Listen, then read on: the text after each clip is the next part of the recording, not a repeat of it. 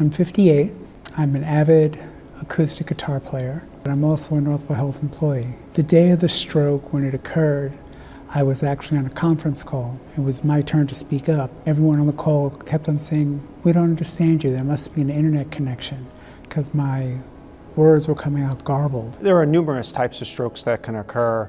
The most common being where there's essentially an acute blockage of the blood vessel that prevents further blood flow to the brain, resulting in some disability. That could be difficulty speaking, it could be difficulty smiling, or a facial droop. I then experienced a massive Charlie horse in my leg. So I said, I must be low on some potassium, let me go get a banana. And then that Charlie horse happened in my arm, my left arm. And I was like, am I having a stroke? And I decided to print out a list of my medications and all the doctors that I see. After I got to the printer, I fell.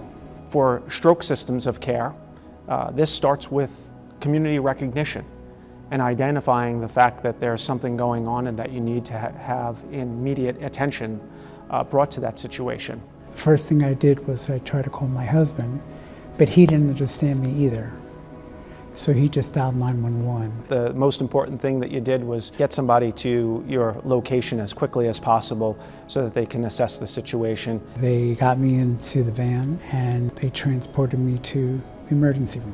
When responding to a situation like that, essentially you're talking about a very rapid evaluation, getting information on the patient as quickly as possible, as accurately as possible. It was reassuring knowing that EMS had stayed for a while and that they still had the paperwork. It wasn't just something that was just tossed lightly. There are so many things that EMS brings to the table that ultimately enhance the patient's ability to survive an acute event.